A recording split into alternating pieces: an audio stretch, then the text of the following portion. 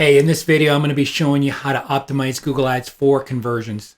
This is part 2 to yesterday's training where I showed you how to optimize Google Ads for phone conversions. Well, today, I'm going to be walking you through optimizing for website conversions. Imagine this. You're trying to fly an airplane at night.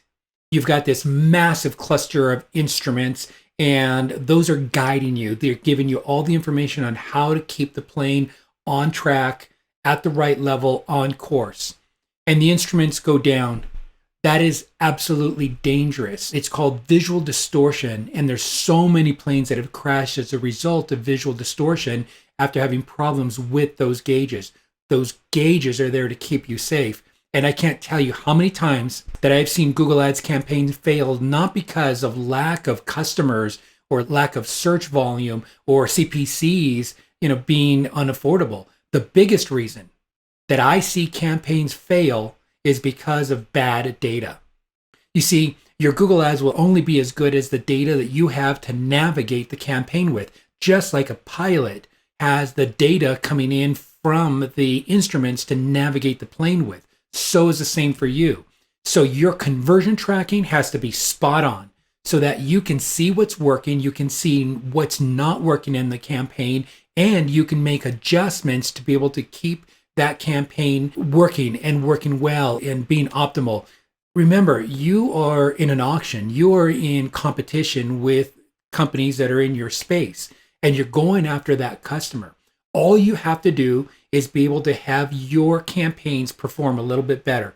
If you can acquire your customers, acquire your traffic smarter, more profitably, pay less, you can win over and over, and you can scale.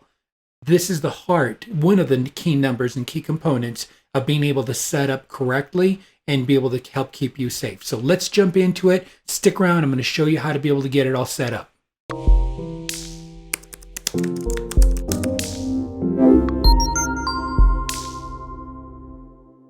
Hey, I'm Richard Cruz. I'm the founder of WSI Priority Media, and the purpose of this video and every single video I do is to help your business thrive.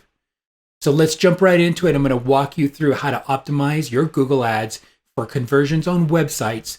So we're going to start with clicking on the wrench over here. As I come into this here, you'll start in the Tools section and you'll go down to Conversions to get into here. And then what you'll do is you'll hit the plus sign. I'm in my test account right here, so it doesn't really have any data in it. And from here, you're going to be given 4 different key options. I was mentioning earlier that yesterday's training was on the walkthrough for setting up your tracking conversions for telephone. Now today, it's all about websites. I have a couple other videos coming that's going to walk you through on apps and on imports, but today let's go ahead and jump right on into here. As we move into this account here, what I want you to do is, let me get rid of this little no ads are running. I know no ads are running. It's a test account. And what I want you to do is focus on, let me move this over a little bit here. The first section is going to be what category that you have. And as far as the category, you have multiple choices on websites. How are you going to be able to track your conversions? This conversions is going to come down to the key elements that you want to be watching. Your conversions, your conversion rate, and then your CPA or your cost per conversion. All crucial numbers. Matter of fact, let me bring those up on the screen really quickly for you. They're the ones that matter the most. Your conversion rate, your number of conversions, and your cost per conversion. So you have to really identify what is going to be the conversion. And if you're selling something, if it's a purchase, really easy, right? Your conversion is your purchase. So easy. But let's say that you're a local business, you're a lead generation business. What do you track as your conversion? And so there is, for example, in this purchase area right here, we move away from that. These are all purchase related, but there's subscribe, for example. And let me see if I can zoom in here. Yep, I can. So let's say that, we go in here and we move into subscribe. So if your chief primary goal is to gain subscribers and you're building an email list, well, that would be your conversion. Now, let's say, for example, it's leads generated.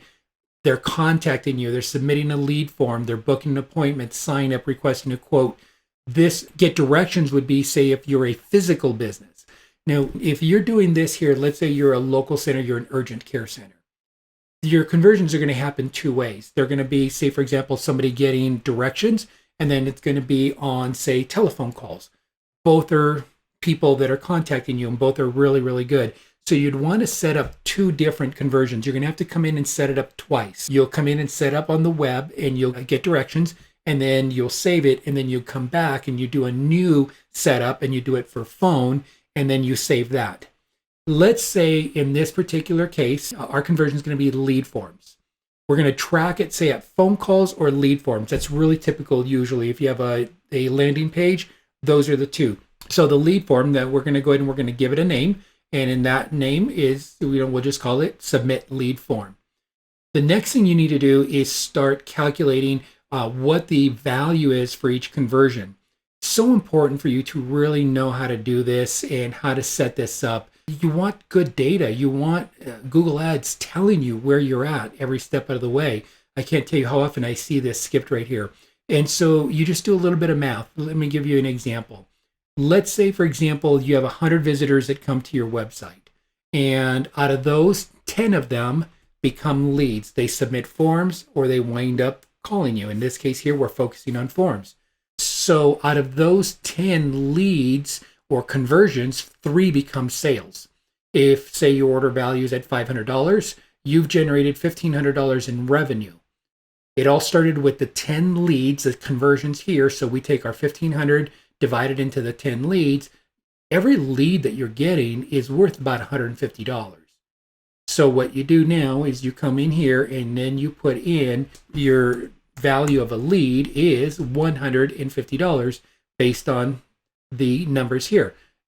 When you're starting Google Ads, you may not know the data, and that's okay.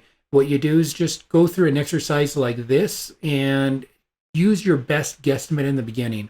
After you've run your ads for a while, you will have really clear data, and especially if you're tracking your leads to sales, because that's really important, then you take that data and you work backwards, you calculate it, and then you come back into the account and then you update it right here.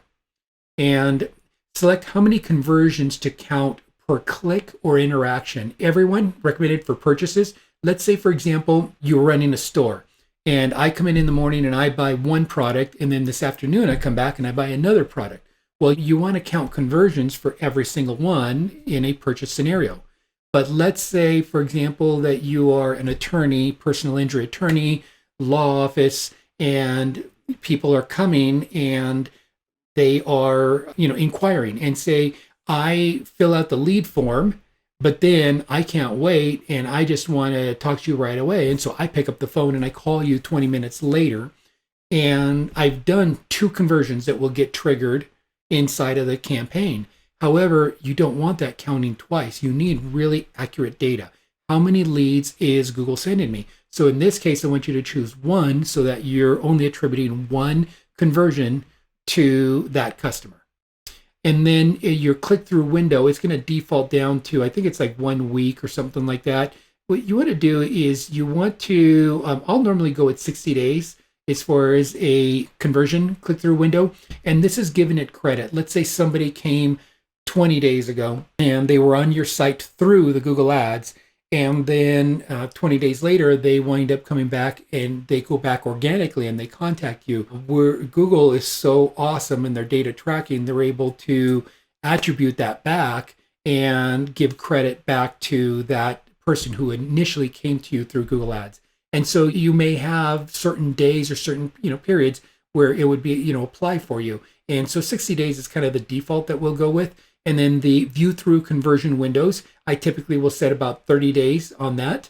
And then that is the max amount of time after a person views your ad that you want to count the view through conversions.